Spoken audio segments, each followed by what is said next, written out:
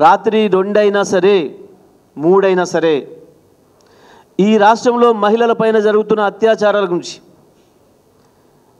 వాళ్ళకు అండగా వాళ్ళకు ఊరటగా శాసనసభ దృష్టికి తీసుకురావాలని వాళ్ళకు ఒక ధైర్యాన్ని ఇప్పియాలని చెప్పి సబితక్క ఏదైతే మాట్లాడిందో ఏదైతే ప్రయత్నం చేసిందో అది కంటగింపుగా మారింది వీళ్ళకు.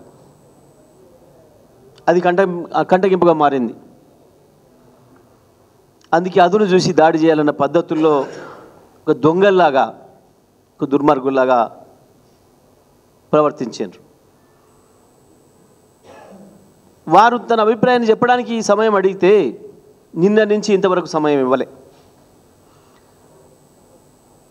నిన్న 2 గంటల సభ వాయిదా వేసుకొని పోయినరు.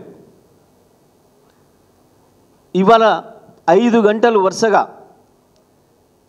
4.5 గంటల పైగా 10 గంటల నుండి 2.5 గంటల వరకు ముగ్గురు ఆడపడుచులు, 3 అక్కలు, 3 తెలంగాణ బిడ్డలు వాళ్ళు ఎదురుగా నిలబడి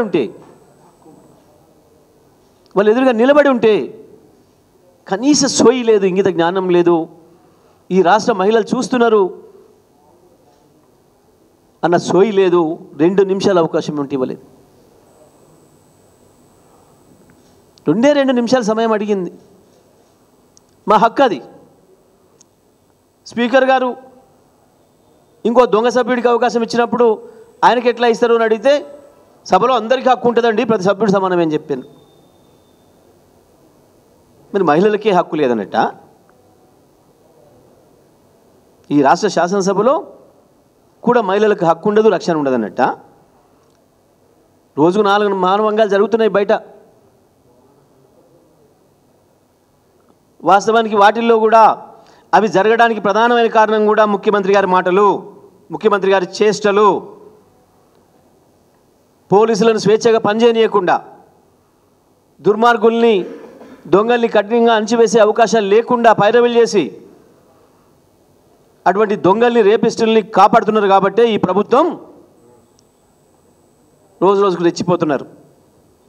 నిన్న సమాచారం వస్తుంది, రాష్ట్ర మంత్రులు, ఎమ్మెల్యేలకు సంబంధించిన వాళ్ళే ఈ రేపుల్లో పాల్గొంటున్నారు చాలా చోట్ల అని. వాళ్ళని కాపాడే ప్రయత్నం చేస్తున్నారు వీళ్ళు.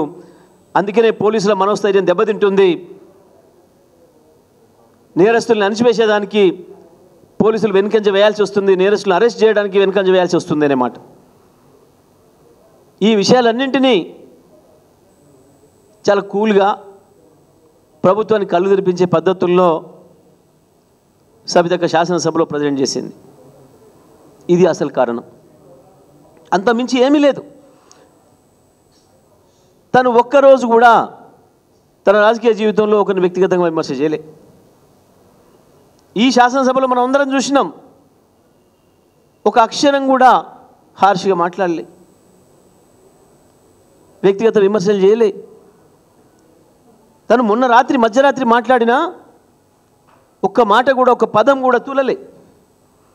నేను విమర్శ చేస్తలేను, ప్రభుత్వం దృష్టి తీసుకొస్తున్నా, మహిళలకు రక్షణ కల్పించండి అని మాత్రమే అడిగింది ఒక మహిళగా. చివరికి ఈ రాష్ట్ర మహిళలకు అండగా నిలబడడానికి సబితక్క, సునీతక్క చేసిన ప్రయత్నం వాళ్ళ మీదే దాడికి వచ్చింది.